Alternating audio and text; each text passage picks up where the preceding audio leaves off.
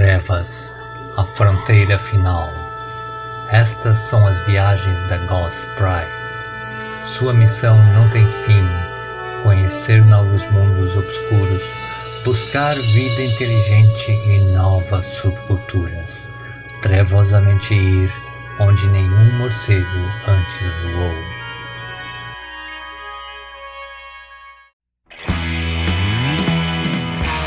How do you do? I see you've met my faithful handyman. He's just a little brought down because when you knocked, he thought you were the candy man. Don't get strung up by the way I look. Fala, morcegado, eu sou Daniel Príncipe e eu tô esperando tanto por esse episódio, tô tão ansioso que eu tô até me tremendo todo aqui de antecipação. Olá pessoal, meu nome é Kipper e a vida é um cabaré.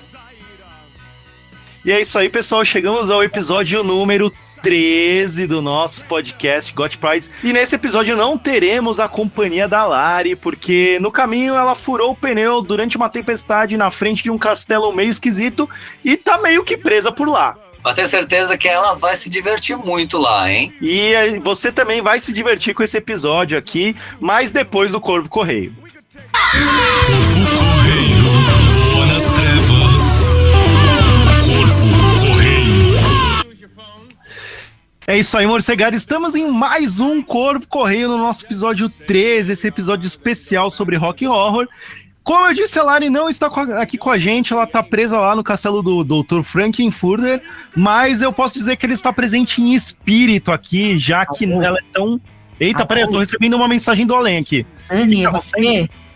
Lari, você tá falando com a gente de um outra dimensão? Sim, querido, eu tentei mandar sinal de fumaça, mas aparentemente os sinais espirituais estão mais fortes nessa frequência hoje.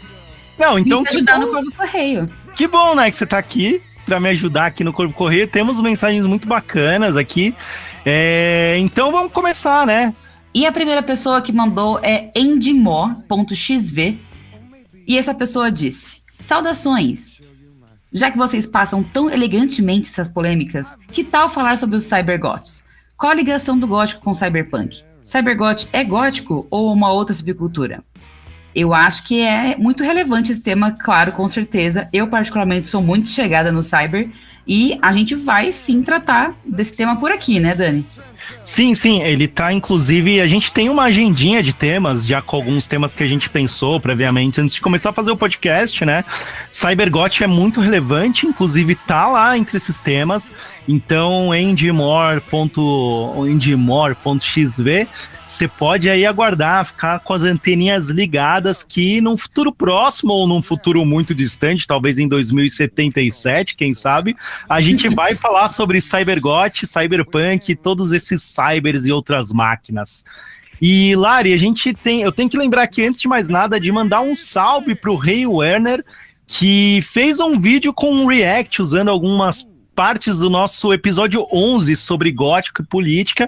Ele explicou algumas coisas ali do ponto de vista dele, também ficou um vídeo muito legal. Eu vou inclusive anexar aqui no episódio o vídeo dele. Vão lá dar um salve pra ele, ele é mais aí um influencer, um youtuber, uma celebridade do mundo das trevas que está surgindo, e ele tem feito vídeos bacanas, então vale a pena a gente dar esse salve, e a gente sempre vai dar espaço aqui pra galera que tá produzindo alguma coisa no nosso mundinho das trevas. E é isso aí, obrigada, Rei Werner. Também tem uma outra pessoa que gosta muito do nosso podcast. Ela disse que nunca teve esse hábito de ouvir podcasts, que era uma coisa bem distante dela, mas que com a gente ela tá aí se descobrindo outras coisas e apreciando o nosso trabalho. E essa pessoa é a Jéssica Tasso, spooky.jessie. E ela queria levantar um ponto do episódio 10, que ela disse que teve um momento que a gente falou do filme, do Corvo, e como que a gente, que é gótico, gosta muito desse filme. E ela disse que, embora esse filme tenha uma estética super gótica, né, com a trilha sonora de The Cure e tudo mais, ela também acha que essa estética /feeling é muito por conta da própria história em quadrinho, de qual ele foi adaptado, que também é do fim da década de 80. Então ela casou aí muito junto com Sandman também, né? E aí ela disse também que então todo o som gótico era algo que o James O'Barr, que é o criador, tava curtindo na época mesmo, e também a história é baseada na perda trágica da namorada dele, o que fez ele mergulhar num mar de dor e desespero. E por isso que tem esse teor melancólico extremo da obra, e consequentemente também no filme, né? Já que estava perto da produção. Além de que na HQ, o James também referencia poetas como Rimbaud e tem uma visão super romântica de toda coisa, né? Que ele também faz um agradecimento especial nas bandas como o The Cure, o Joy Division, The Sound. E é isso, né? Realmente o Corvo, ele tem esse carinho pela gente, e porque os anos 80 em si é uma época que o gótico estava muito presente, muito popular, se a gente pode chamar isso de popular, né? Ele estava em alta de qualquer forma. Eu acho que isso até porque acaba sendo um caminho natural, né? Como a gente já comentou em muitos episódios aqui, inclusive quando a gente falou do Corvo e falou de outras mídias, né, relacionadas a, mais especificamente, os anos 80, eu acho que foi um caminho natural muitos artistas referenciarem essas questões do gótico, essas coisas que estavam aparecendo ali mais no mainstream mesmo, né? Então acaba sendo influenciado e influenciando também outros artistas, né? Então é um caminho meio natural, assim, é uma coisa da época e que vai se arrastando para depois, né? Não pode deixar de falar que depois o gótico e todas as coisas que vieram daí foram influenciando, e antes também, que tem tudo a ver com esse episódio sobre rock horror, que é algo que veio antes da subcultura gótica existir e nos influenciou e influenciou muitas coisas do mainstream, né? Então é pra ver como tem relação sempre essas coisas, essa dinâmica, né? E eu, inclusive, queria deixar um recadinho próprio aqui nesse Corvo Correio, aproveitar esse espaço, que é para dizer que eu mesma, inclusive, ainda não assisti The Rocky Horror Picture Show. É uma coisa que tá na minha lista aí há um bom tempo, mas é claro, nossas listas, gente, elas acabam ficando cada vez maiores e outras coisas passam na frente.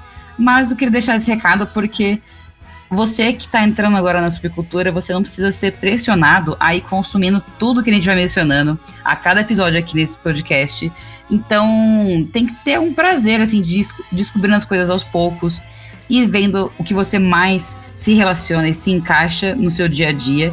Porque se você acaba consumindo tudo de uma vez só, você não aprecia o sabor, né? Vamos dizer assim.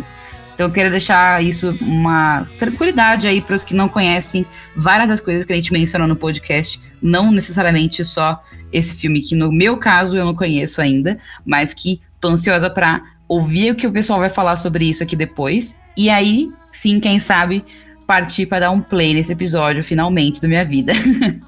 E realmente, aproveitar também aqui o que a Lari disse, que é muito válido mesmo, assim, ninguém nasce sabendo tudo, ninguém entra na subcultura sabendo tudo, e nem tem obrigação de saber tudo, e além disso, você pode muito bem, de repente, ver um filme, ouvir uma música, conhecer uma banda, qualquer coisa do tipo, e não gostar. Você pode ler um livro que alguém fala, o Castelo de Otranto, não sei o quê, e não ser a sua vibe, e você não vai estar errado ou errada de não ter curtido. É só uma questão de gosto. Então você também não é obrigado de gostar de todas as coisas. Você vai formando o seu gosto, algumas coisas vão te agradar mais, outras vão agradar menos. E é isso, galera. Nos próximos Corvos Correios que passarem por aqui, se quiserem, podem assinar os seus comentários com seus nominhos. Assim a gente consegue não mencionar pessoas como .xv e ter uma conexão mais profunda com vocês. E continuem, é claro, mandando mensagem pra gente. Tudo que vocês acharem legal de comentar, beleza? Obrigada, galera. E agora, com licença, que eu preciso tentar escapar desse castelo cheio de gente maluca. Corvo Correio, voa nas trevas. Corvo Correio. Beleza, Kipper, então a gente veio aqui para falar hoje sobre, vamos dizer assim, um clássico, um ícone, um filme tão ruim que chega a ser bom, que é Rocky Horror Picture Show. Mas para quem ainda não viu esse filme, não conhece, do que se trata? O que é Rocky Horror Picture Show? Por onde começar, né? Primeiro, o The Rocky Horror Picture Show foi um musical de sucesso, né? O musical estreia em 1973, logo é um grande sucesso. Ele faz uma mistura aí do que é a cultura em glam rock da época, né? Esse é o background do filme The Rocky Horror Picture Show. O criador do texto parte disso aí e mistura esse fundo glam da época, né? Que era o estilo da época famoso, com os filmes de horror gótico, lado B do século XX, né? E todo esse cenário pop gótico que a gente conhece, né? Isso dá uma mistura muito incrível.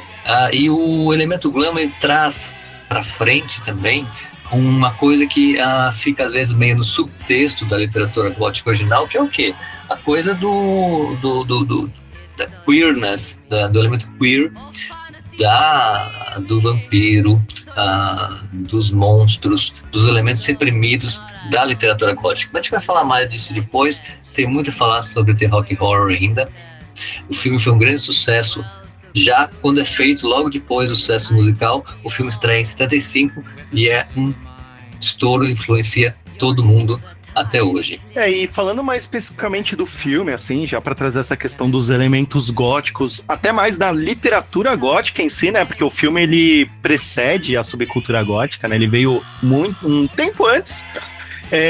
Dá para perceber, né? Para quem já viu ou para quem já viu alguma coisa referente, que você tem já de cara o personagem principal interpretado pelo Tim Curry, que interpretou muitos monstros e vilões e heróis por aí, é um ator excelente, né? Inclusive, ele num musical anterior na Broadway, ele fez o Drácula, não sei se algumas pessoas aqui sabem, tem poucos registros disso, mas ele já nasceu pronto pra isso, né?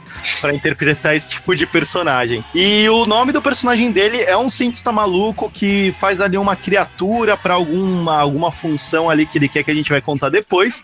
E o nome dele é Frankenfurter, né? Que já tem aí uma ligação com Frankenstein, com a coisa do castelo, de fazer uma criatura para servir a um propósito, né? Então já tem aí alguma influência da literatura gótica, além, logicamente, de ele estar num castelo meio decadente, ali um casarão, de ser no meio da floresta, na chuva, e vários outros elementos que dá para trazer da literatura gótica, né? Sim, tem que lembrar que a literatura gótica tinha sido traduzida para o cinema, né, de forma pitoresca, engraçada, e tinha virado clichê aí desde o começo do cinema até os anos 50, 60, então tinha muitos filmes de monstro com esses clichês, assim, até bem engraçados, né, o castelo, o zumbi, o Frankenstein. A gente teve antes a própria Vampira, né, foi um sucesso, os filmes do Ed Wood também, que foram sucessos, né? Então, essa é uma referência pop muito forte. O gótico no século XX no cinema tá ali com um elemento pop, e isso tudo é resgatado no The Rocky Horror, misturado com glam, explicitado com uma trilha sonora muito glam, que lembra os músicos da época, né? Como o próprio Bowie, o Roxy Music, o Eno, o T-Rex e tantos outros, né? Bem esse clima aí, só que é um glam com monstros góticos. Isso parece muito com o que a gente vai fazer logo depois na subcultura gótica, né? E quanto ao filme, você tem uma série de personagens aí maravilhosos, né? Que é o Dr. Frankenfurter, que é um doutor Frankenstein, Victor Frankenstein, que é um alien travestido do espaço, que é uma mistura de personagem de cabaré. Eu tava brincando agora com o Dani, que é uma Liza Minnelli, alien travestido do espaço, Frankenstein, Dr. Frankenstein, né? Tudo isso junto, reunido. Então é uma coisa muito louca. Ele tem um grupo de amigos também, de assessores, digamos assim, no castelo, que também remete a todos os clichês dos filmes de horror, né? Inclusive, por falar nesses assessores, esses assistentes do Frankenfurter, né? Tem o Riff Raff, que é interpretado pelo próprio Brian, né, que é quem escreveu a história, né, ele tinha até a intenção de fazer outro personagem ali, mas ele acabou ficando como esse faz tudo, e acompanhado dele tem a Magenta. E tem uma coisa curiosa que eu já tinha reparado no filme, mas eu vi que aparece mais vezes, que é uma referência direta e indireta àquele quadro famoso que é o American Gothic, que não tem nada a ver com a subcultura gótica. Na verdade é um casal caipira ali na frente de um celeiro, né? Mas eles fazem referência 3 vezes a esse quadro. A primeira é numa primeira cena ali, antes de chegar no casarão, e depois quando eles já se apresentam como aliens, né? E, gente, qualquer spoiler aqui a gente vai estar livre pra fazer, porque o filme é de 75, né? Pelo amor de Deus. Mas vocês podem assistir e gostar bastante. Mas eles fazem referência a esse quadro 2 vezes com os personagens, inclusive nesse momento A Magenta, ela tá com o cabelo igual da noiva do Frankenstein, né? Que é aquele cabelão armado com as manchas brancas, e depois o próprio quadro aparece. Então, não vou dizer, eu posso dizer que ali pode ser até vamos dizer assim, uma profecia da influência do Rock Horror Picture Show na subcultura gótica, né? Mas como que se dá essa influência? Quais elementos que a subcultura bebeu de Rock Horror Picture Show? É difícil até dizer qual elemento não bebeu, né? É uma coisa que grita tanto aos olhos que é difícil até de explicar, né? Vamos dizer porque a água é molhada. Mas é assim, vamos seguir um pouquinho a cronologia aí, que fica mais claro isso tudo. Como você comentou, o filme, muito conscientemente, ele está sendo uma mistura de glam com gótico. Isso feito entre 1973 e 1975. Então, o que muda daí para o que o Bauhaus vai fazer em 79, ou mesmo até o Brooklyn Contingent, alguns começam a usar esses elementos ali já em 76, né? Você vê que em 76 o Dave Vanney aparece com aquele cabelinho de mecha e roupa de igual a da família Addams, né? Então, essas referências todas que você citou aí, elas são copiadas avidamente pela geração que se segue, inclusive na subcultura gótica, né? Então, essa referência se torna poderosa. Esses filmes dos anos 70, a gente já comentou aqui, as subculturas beberam diretamente deles, né? Eu estava lendo a biografia da Berlin, né, do Brooklyn Contingent, aquele grupo inglês de 1976, né? De onde saiu também a Siouxsie e outros membros das bandas, né? E eles citam esses filmes famosos e bandas dos anos 70, de 70 a 75, né? Um filme muito citado é também o Cabaré da Liza Minnelli, né? Inclusive eu comecei o episódio com uma frase desse outro filme, que esses elementos aí de cabaré são a diferença na mistura com o gótico aí nesse filme do Rock Horror, né? Mas isso tudo estava no imaginário da época, né? Então, isso, o que eu tenho a dizer? Simplesmente é uma influência direta na formação do que vai ser o imaginário gótico, né? Você pode ver o gótico como um glam rock misturado com gótico, né? E isso vai influenciar diretamente essa primeira geração de bandas aí que você tem, principalmente o Bauhaus, né? E a Siouxsie, que saem diretamente dessa fonte aí. Isso fica claro nas performances, no estilo mais, digamos, camp. A gente tem que falar aqui o que é camp, né? Um tipo de atitude em que você vai falar de coisas sérias e importantes, mas temas fortes, mas você está usando uma máscara e recurso de exagero e ironia para isso, né? Acho que a gente pode aprofundar esse tema do campo depois, mas a questão é que a influência desse filme no imaginário gótico é direta, né? Inclusive na questão, vamos dizer assim, visual mais de terror, né? Dessa coisa que o gótico acaba bebendo muito de filmes de terror antigos, seja no visual, seja no clima, e muitas coisas a gente gosta bastante, né? Muitas pessoas gostam. Tem uma coisa interessante que o castelo do filme do Rock Horror, né? Aquele castelo do Dr. Frankenfurter, ele foi usado pela Hammer, que é uma produtora de filmes de horror bem clássica aí, né? Em vários filmes. Então ele aparece várias vezes antes e eu acredito que até depois. Então é também um ponto de identificação aí com essa questão do Frankenstein, do Drácula e todas essas coisas que e a Múmia também, né? Da maldição da Múmia, que a gente acaba criando uma identidade, às vezes não sabe por quê, porque esses elementos estavam presentes lá. E eles não estavam presentes lá por uma questão estratégica, eles estavam presentes por uma questão orçamental, assim, era o que dava para fazer. Então eles usavam esse mesmo castelo em vários filmes, porque não dava para fazer outras locações, né?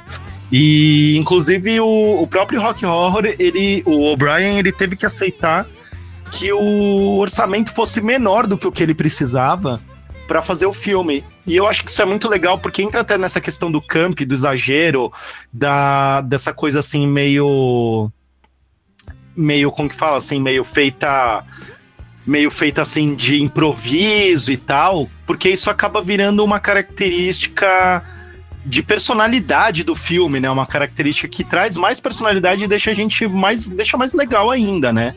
E tem também, aproveitando de características do filme, uma coisa que eu acho muito legal que eu descobri faz um tempo atrás, que é o próprio lance do easter egg, que hoje em dia a gente tem aí, né?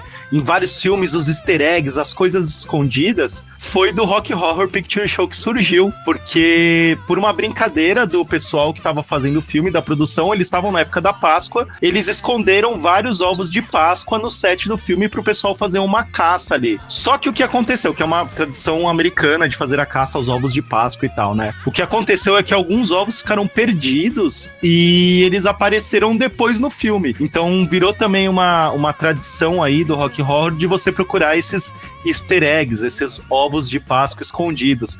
E depois virou uma característica da própria cultura pop geral, né? Você colocar easter eggs nos filmes e coisas assim, pra ver como o Rocky Horror, ele teve uma influência muito grande de elementos e várias outras características de Rocky Horror também acabaram influenciando outras coisas em produções posteriores e na cultura mainstream como um geral, na cultura de filmes de ficção científica, filmes de terror, aí traçando isso de volta pro gótico, né, pra subcultura, como essas coisas influenciam a cultura geral, elas acabam chegando até a gente também, né? Então é sempre uma coisa que parte do mundo para nós e é ressignificado e é transformado e daí viram elementos góticos, né? Perfeitamente. É interessante que a gente tem uma mistura de gótico e tem os filmes de Alien também. Lembrando que o Alien é uma palavra que em inglês ele tem um duplo sentido, né? Ele significa também o estrangeiro, né? Então, uma metáfora muito forte do filme de Alien é o diferente, o estrangeiro, que é visto como uma ameaça. Tem um fator forte de estranheza aí, de uma crítica à questão da xenofobia, né? Não é por coincidência que essa cultura glam cabaré traz aí uma metáfora de lá da República de Weimar, aquele período da Alemanha meio decadente e obscuro, antes da ascensão, durante a ascensão do nazismo e do fascismo nos anos 30 na Alemanha, né? E em outros lugares do mundo também, não só na Alemanha. Então, esses elementos simbólicos, eles estão presentes aí numa atualização dos anos 70, né? Quando o Dani fala aí que tem uma reciclagem dos filmes antigos, né, de horror, é interessante que acontece nesses filmes com influência glam, como o Rocky Horror, né, uma filtragem e recontextualização dos anos 70, né?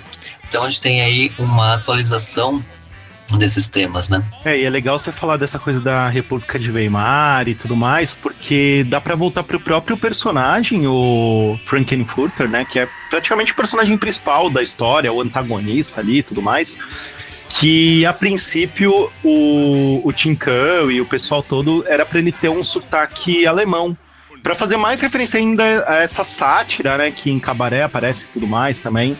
Mas daí ele tava no ônibus e ele ouviu uma senhora falando com um sotaque inglês muito rebuscado. Ali parecia quase que a rainha da Inglaterra falando, né? E ele falou que, pô, isso daí vai colar bem com o Frankenfurter, né? Tipo, ele falar com esse jeito meio rebuscado e tal. E acabou ficando assim o sotaque desse personagem aí, desse doutor cientista e tudo mais, né? Então é legal essas referências que talvez era pra ele ter realmente um sotaque meio alemão, talvez desse jeito, né? Mas aí acabou mudando pra ficar como está no filme, né? E é legal porque você vai vendo, né, que tem muita coisa que foi construída ali, meio num subtexto e às vezes foi trocada, às vezes foi ressignificada, mas os elementos ainda estão presentes lá, né? Sim, essa fala meio aristocrática, né, é uma referência tanto a um humor camp, de exagero, quanto a uma coisa de que essa fala aristocrática, e no inglês, ela remete tanto a uma direita conservadora quanto ao sotaque germânico ligado a ideia de nazista para o inglês, né? Só para contextualizar isso, nós estamos falando dos anos 70 até o começo dos anos 80, eu vou falar porque eu sou um dinossauro dessa época, né? Pra gente dessa época, a coisa de associar o nazismo com travesti era uma coisa meio óbvia, porque o que se tinha como noção era óbvia, como dado assim, banal, era que a rigidez do nazismo, né, aquela coisa não retentiva, como diria um freudiano, né, eram elementos de homossexualidade reprimidos, né, de forma hipócrita, transformado num caráter rígido que para fora fazia uma coisa completamente homofóbica, xenofóbica, mas estava reprimindo esses elementos, né? Então, quando você colocava alguém com roupa de cabaré e uma bandana nazista, ou um travesti se comportando com elementos de roupa militarista, isso é uma crítica gritante e evidente, né? E a gente vê até hoje esses elementos sendo misturados, né? Em bandas atuais até de industrial ou de eletrogótico. Então, isso é uma piada com referências históricas que tem que ser entendidas nesse contexto histórico aí, né? Senão a gente fica fazendo leituras equivocadas dessas composições, né? Inclusive dessa questão de contexto histórico, né? Até uma coisa que talvez pode, não sei, causar uma estranheza ou um choque para alguém de agora, que nunca teve contato com o filme e o contexto, e ver ali uma música Sweet Transvestite, né? Que seria um doce travesti, e o Frankenfurter ali todo travestido, que é o Tim Curry e tal, que é um ator, se eu não me engano, hétero, eu não sei muito bem, né? Não sei da vida dele, mas é um homem cis, né? Representando um travesti. Pode ficar uma coisa meio assim, tipo, mas isso tá errado, cancela ele pelo que ele fez em 75. Mas o contexto da época, as discussões que se tinham na época, dá pra dizer que até isso num filme que foi pro mainstream, que foi pro geral, até assim, uma representatividade que em outros lugares não teria tão forte, né? Então é bom entender também essa questão de espaço e tempo, e tanto que isso foi uma coisa assim, pela produção pensada posteriormente com um certo cuidado, que quando fizeram o remake do filme em 2016, quem tá ali representando o Frankenfurter é realmente uma mulher trans, que é a Laverne Cox. Isso gerou alguma discussão mas é uma representação meio anedótica, isso e aquilo. Mas assim, eu acredito que o fato deles terem trazido para o cast, escolhido uma mulher trans para fazer esse personagem, apesar de todo o contexto do filme lá atrás, que muita gente diria, não, tem que ser um homem porque o filme é assim, assim, assado, é isso, aquilo, eu acho que já é uma visão de que as coisas podem se adaptar e podem ter uma ressignificação. Então eu acho que também tem que ter esse lado de entender que muitos elementos do filme, eles estão amarrados no contexto do espaço-tempo que estava, porque eram outras discussões, eram outras formas de ver as coisas, né? Perfeito, Dani. Essa atualização que foi feita é totalmente coerente com o espírito do filme original. É preciso entender aí esse contexto histórico e que o que foi feito nos anos 70 era o máximo tolerado, assim, era ultra radical para a época, né? E naquele contexto era o mais, digamos, alternativo e subversivo que se podia fazer naquela época, né? E o próprio filme, ele traz muito dessa discussão de liberdade sexual, do lugar do estranho no mundo, né? Tipo, eu acho que é uma coisa que a gente acaba trazendo pro gótico mesmo, né?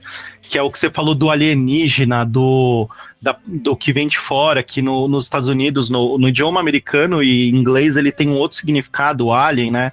E ele traz muito disso, né? Porque o próprio doutor, junto com a Magenta, o Riff Raff, e até os outros personagens, a própria Columbia, o Ed, todos os personagens que aparecem no decorrer do filme, eles são estranhos. E é muito legal porque você tem ali para contrapor tudo isso, toda essa estranheza, o casal, né? Que fica preso nessa casa aí, nesse castelo, que é o Brad e a Janet, que eles são tudo que tem de normal, né? Eles são um casal bem normalzinho, bem fofinho, bem norme, assim. Eles são, tipo, uma representação desse mundo, vamos dizer assim, mais mainstream, mais normal, mais tradicional. E eles são apresentados a um mundo de alienígenas. E aí eles se tornam os alienígenas nesse contexto, né? Porque eles saem de um lugar onde tudo é igual a eles... e eles vão para um lugar onde tudo é estranho, e de repente eles deixam de ser o normal e passam a ser o estranho naquele contexto. Eu acho que também tem essa leitura, né? E é legal a gente ver esse contexto da estranheza do ponto de vista de alguém que estava inserido em outra cultura, outro elemento, né? Exatamente, o casalzinho ele vai ser aberto e o reprimido deles vai sair para fora aos poucos durante o filme, né? A ideia é essa, né? Mas essa ideia da estranheza, do que fica escondido e é trazido à tona, né? Isso está presente lá na literatura gótica do século XVIII e XIX, né? Isso é muito estudado na teoria literária também, né? A questão do queer no monstro do horror gótico, né? E é óbvio, não é por acaso que isso foi trazido como um elemento simbólico nos anos 70 para expressar esses conteúdos aí, né? Então, esses são elementos fundamentais aí na constituição também da subcultura gótica, né? Essa característica aí de camp, do queer e do dandismo, né? Que estão relacionados a esses elementos, né? A gente pode até comentar aí, fazer um glossário desses termos que eu falei aí, né? O camp, o queer e o dandy, que são elementos que estão presentes nessas obras aí. E no gótico também, que tem em comum que essa questão do exagero, da ironia e a questão da expressar a verdade através de uma máscara, como diria o Oscar Wilde, né? Aquela frase famosa, que são fundamentais no tipo de simbolização que a gente faz na subcultura gótica também, né? Inclusive, aproveitando a deixa de ter citado a Janet aqui, né? Porque é uma coisa que para mim, pelo menos, é muito curiosa e legal, porque tem uma ligação ainda a mais com a subcultura gótica, por meio dessa personagem, porque ela é interpretada pela Susan Sarandon, né? E a Susan Sarandon, anos depois, ali por 83, se eu não me engano, ela ia estar no filme Fome de Viver, com Bowie, né? Que tem, inclusive, na música de abertura, o Bauhaus. Então, você já tinha ali, dá pra ver que, tipo, criou-se uma ponte, né, entre rock horror e a subcultura gótica com esses dois filmes também, né? Porque o personagem, inclusive, que ela interpreta em Fome de Viver é meio parecido com a Janet, né? Porque ela também, no Fome de Viver, ela é ali uma garota que tá inserida num mundo mais normal e se acaba entrando nesse mundo de vampiros e coisas sobrenaturais, e um mundo mais gótico, digamos assim. Então dá pra ver que tem também essa ligação. E isso é uma coisa que eu queria citar, porque, tipo, além de serem dois filmes que eu gosto muito, né? Tem-se que Fome de Viver aí é um filme que muitos góticos gostam e vem elementos da subcultura nele, né? Então tem mais essa questão e até influência, talvez, né? Por que não? Porque já que a gente tem aí em rock horror a influência do Bowie e do Glenn no filme e nas músicas também, de forma geral, você tem depois Fome de Viver com o Bowie, né? Perfeitamente. É uma ponte muito coerente, exatamente. A Susan Sarandon está nesse papel similar, em que ela vai sendo pervertida gradualmente, né? Nos dois casos, né? E em ambos tem esses elementos aí góticos muito fortes, né? São dois filmes importantíssimos pra gente, né? O Fome de Viver já vai ser uma coisa um pouco quase pós, né? Já é nos anos 80, né? Mas os filmes que já estão começando a ser influenciados pela subcultura gótica, né? No seu começo. E os filmes dos anos 70 são os que vão estar na formação mesmo. Isso é muito interessante. Então tem as mesmas referências que você citou aí, que são os elementos clássicos do gótico e do glam rock. E além disso tudo, o que mais que dá pra gente falar sobre Rock Horror Picture Show? Pra quem conhece ou pra quem não conhece, se interessar e talvez perceber tanto quanto a gente ali as influências dessa obra na subcultura gótica, né? Eu acho que a questão visual também, ela tem muitos elementos que a gente vê, assim, de novo no visual gótico. que vai desde aquela maquiagem mais marcada e mais expressiva nos olhos, né? Inclusive a maquiagem do Dr. Frankenfurter, né? Ela é muito uma maquiagem bem característica que os góticos passaram a usar, né? Que é aquela sombra no olho com o rímel marcado e tudo mais.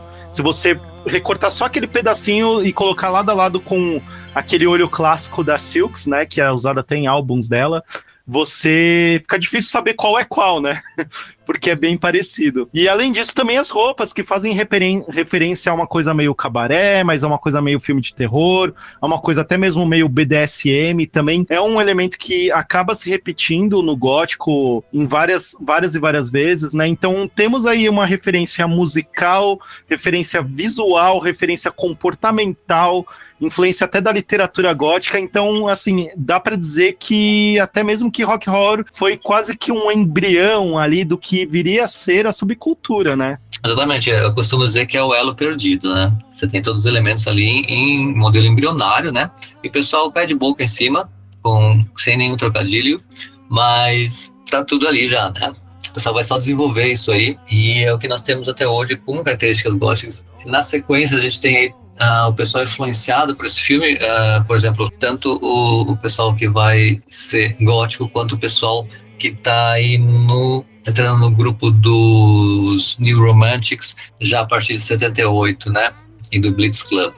Então, a influência é monstruosa e, novamente, sem trocadilho.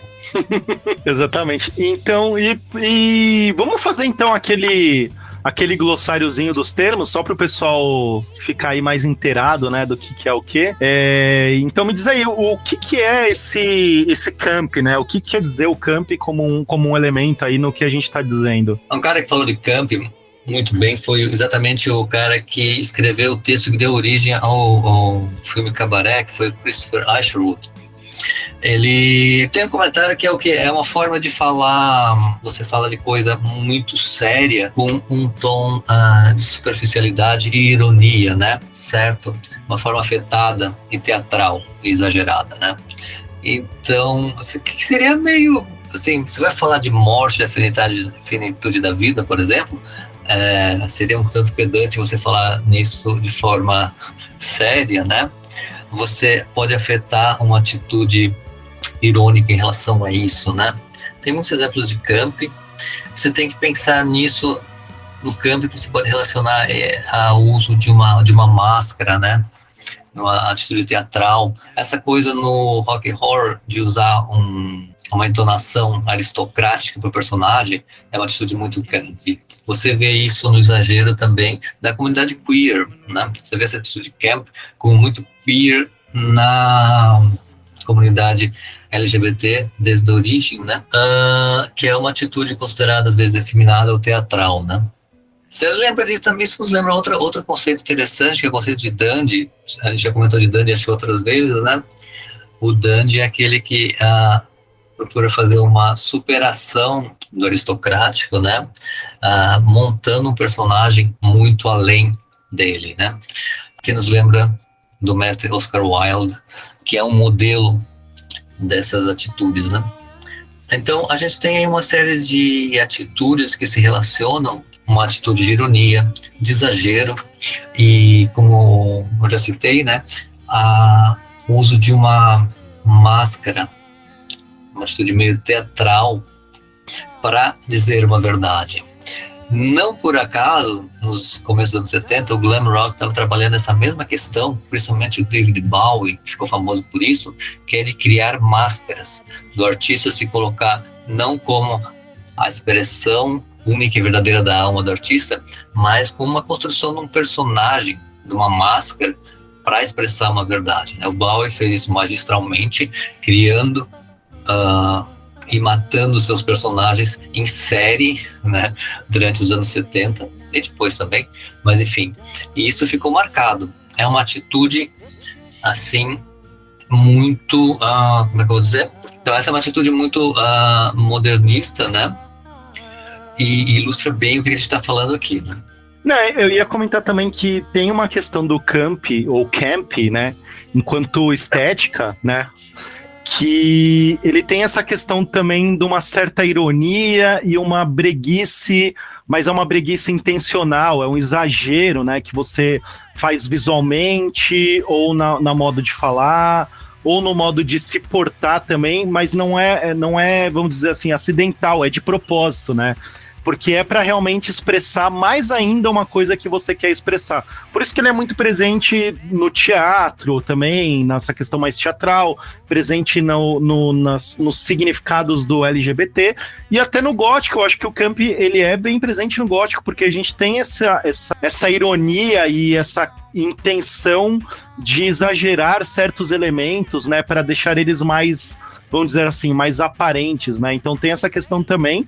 E o Camp, ele aparece em várias coisas, assim, né? Tipo, na própria cultura das drag queens, o Camp, ele é muito presente, é um elemento muito forte, porque é realmente essa coisa do exagero, é você ir um passo a mais de propósito pra tipo, mostrar realmente aquilo, né? Você dar uma entonação na voz, você imitar um certo sotaque, mas não é uma coisa assim, tipo, estou querendo me fazer disso. Não, eu tô querendo realmente zoar com essa questão, mas acaba sendo uma zoeira meio séria, não sei se dá pra dizer dessa forma, né? Perfeitamente. É um exagero totalmente intencional. Eu acho muito engraçado, às vezes, quando o pessoal quer criticar a cultura gótica e diz, os góticos são muito exagerados. Mas sim, querido, muito obrigado por comentar isso. Você entendeu perfeitamente a piada. Obrigado por citar o óbvio, né? Mas é essa ideia, como dizer que a água é molhada, né?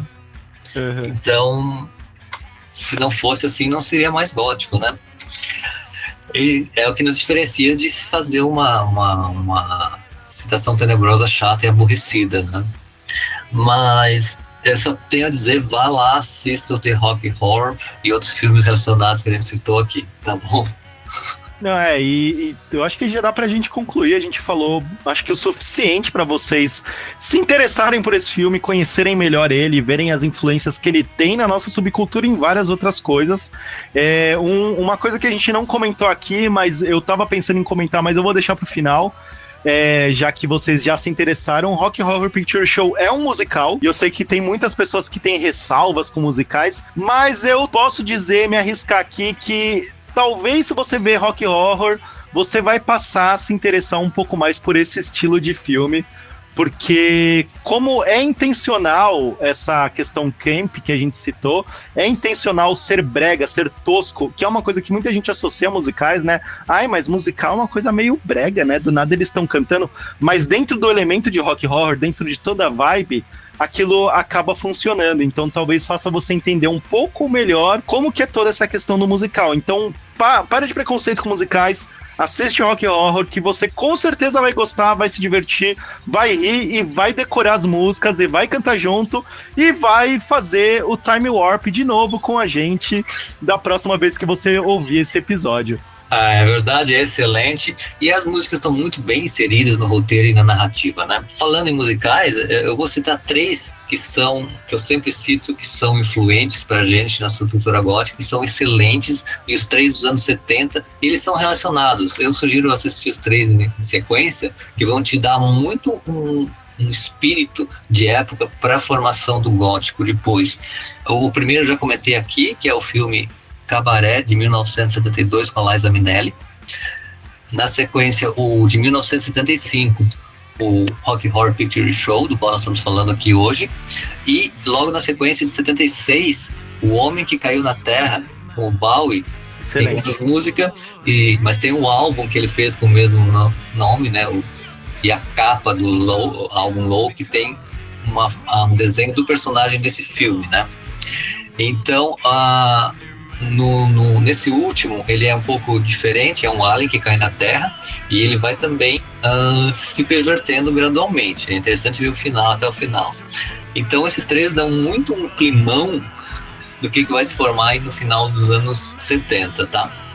Então assista esses 3 filmes, vocês vão gostar e vão entender muita coisa do que aconteceu depois. E é isso aí, pessoal. Eu espero que vocês tenham gostado e tenham se divertido com esse episódio, tanto quanto a gente já se divertiu várias e várias vezes vendo o Rocky Horror Picture Show. E eu desejo mesmo para vocês que vocês entrem nessa estranha jornada do filme e se identifiquem e gostem e vejam. Aí eu vou de novo ter que falar do Tim Curry, porque eu gosto muito desse ator. Vejam ele sendo sensacional como Frankenfurter.